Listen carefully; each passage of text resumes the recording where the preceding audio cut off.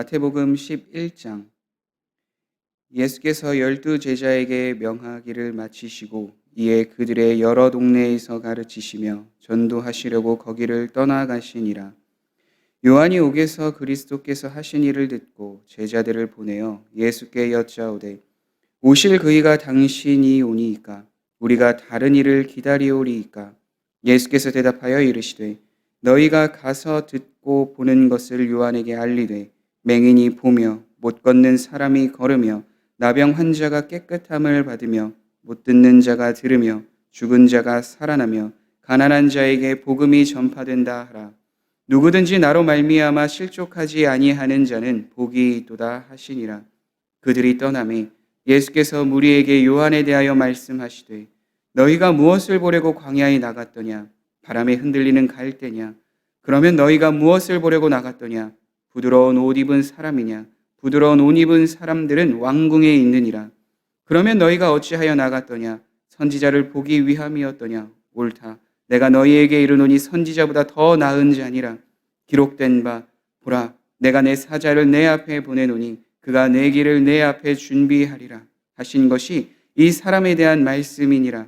내가 진실로 너희에게 말하노니 여자가 낳은 자 중에 세례 요한보다 큰 이가 일어남이 없도다. 그러나 천국에서는 극히 작은 자라도 그보다 크니라. 세례 요한의 때부터 지금까지 천국은 침노를 당하나니 침노하는 자는 빼앗느니라. 모든 선지자와 율법이 예언한 것은 요한까지니 만일 너희가 즐겨받을진대 오리라 하니 엘리야가 곧 이 사람이니라. 귀 있는 자는 들을지어다. 이 세대를 무엇으로 비유할까? 비유하건대 아이들이 장터에 앉아 제 동물을 불러 이르되 우리가 너희를 향하여 피리를 불어도 너희가 춤추지 않고 우리가 슬피 울어도 너희가 가슴을 치지 아니하였다 함과 같도다. 요한이 와서 먹지도 않고 마시지도 아니하매 그들이 말하기를 귀신이 들렸다 하더니 인자는 와서 먹고 마시매 말하기를 보라, 먹기를 탐하고 포도주를 즐기는 사람이요 세리와 죄인의 친구로다 하니 지혜는 그 행한 일로 인하여 옳다함을 얻느니라. 예수께서 권능을 가장 많이 행하신 고을들이 회개하지 아니하므로 그때에 책망하시되 화 있을진저 고라시나 화 있을진저 벳세다야. 너희에게 행한 모든 권능을 두로와 시돈에서 행하였다면 그들이 벌써 베옷을 입고 제에 앉아 회개하였으리라. 내가 너희에게 이르노니 심판날에 두로와 시돈이 너희보다 견디기 쉬우리라. 가버나움아, 내가 하늘에까지 높아지겠느냐? 음부에까지 낮아지리라. 내게 행한 모든 권능을 소돔에서 행하였더라면 그 성이 오늘까지 있었으리라. 내가 너희에게 이르노니 심판날에 소돔 땅이 너보다 견디기 쉬우리라 하시니라. 그때에 예수께서 대답하여 이르시되 천지의 주제이신 아버지여, 이것을 지혜롭고 슬기 있는 자들에게는 숨기시고 어린 아이들에게는 나타내심을 감사하나이다.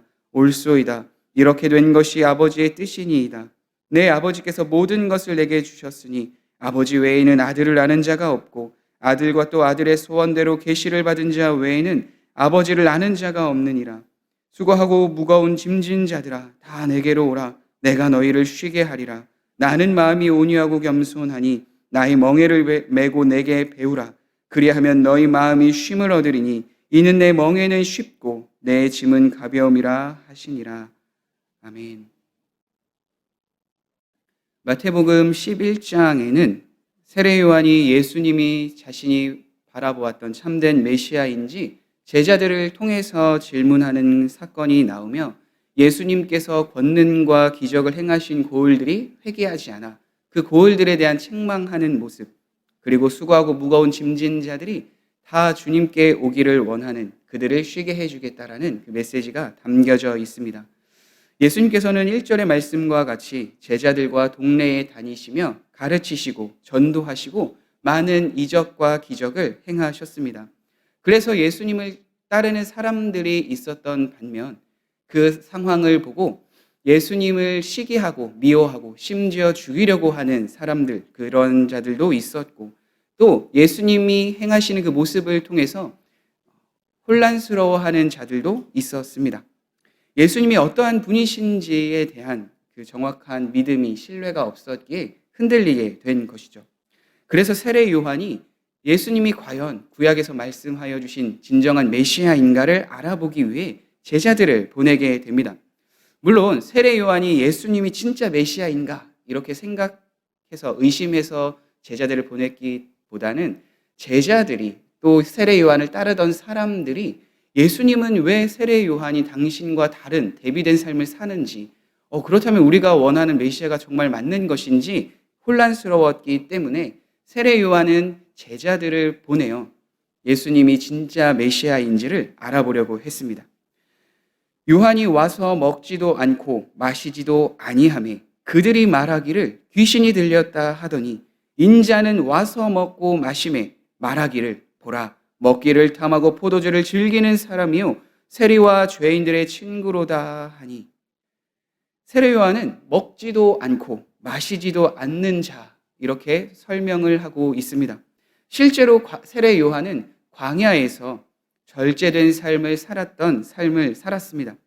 그 정도가 다른 그들이 보기에도 너무나도 심해서 그가 귀신 들린 사람이 아닌가 생각할 정도로 많은 절제된 삶을 살았습니다. 그런데 예수님은 세례 요한과 대비된 삶을 사셨죠.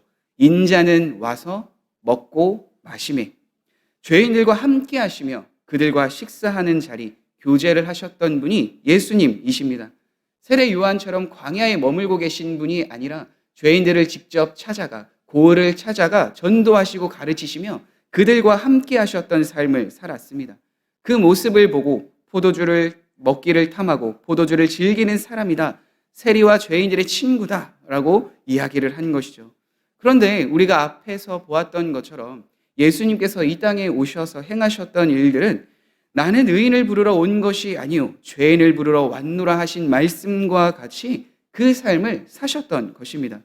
그런데 그들은 예수님을 받아들이지들 못하고 있었던 거죠. 그렇다면 여기에서 말하는 그들은 누구일까요? 누가복음 7장에는 동일한 사건에 대해서 좀 더 구체적으로 이야기를 합니다. 모든 백성과 세리들은 이미 요한의 세례를 받은지라 이 말씀을 듣고 하나님을 의롭다 하되 바리새인과 율법 교사들은 그의 세례를 받지 아니하므로 그들 자신을 위한 하나님의 뜻을 저버리니라.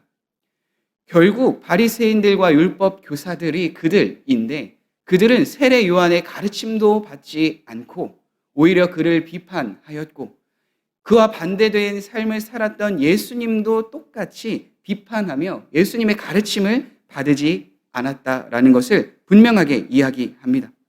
그래서 여기서 말하는 그들이란 바리새인과 율법 교사들, 세례 요한의 가르침도 싫고 예수님의 가르침도 싫고 오히려 그곳에서 자신의 생각과 가치관으로 이것이 옳다 여겼던 그 사람들을 이야기합니다. 사랑하는 성도 여러분, 그렇게 우리에게는 들을 귀가 있어야 되는 줄 압니다.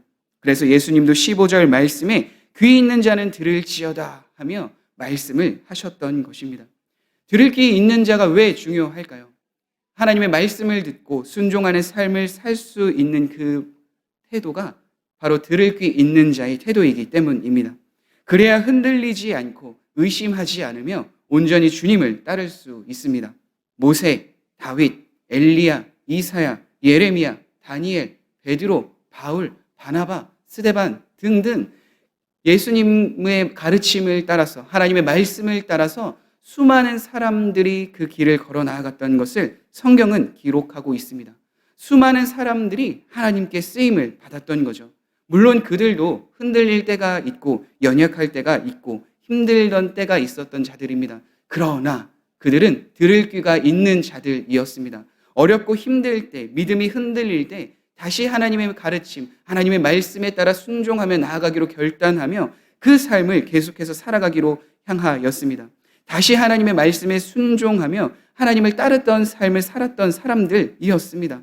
그래서 하나님의 말씀인지 내 생각인지 세상에서 이야기하는 그런 가치인지를 분별할 줄 알아 하나님의 뜻을 구하는 들을 귀 있는 자의 태도를 가지고 그들은 살았습니다.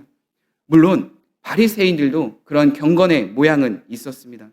그러나 그들에게는 경건을 통해 주시는 하나님의 참된 능력, 경건의 능력이 없었습니다.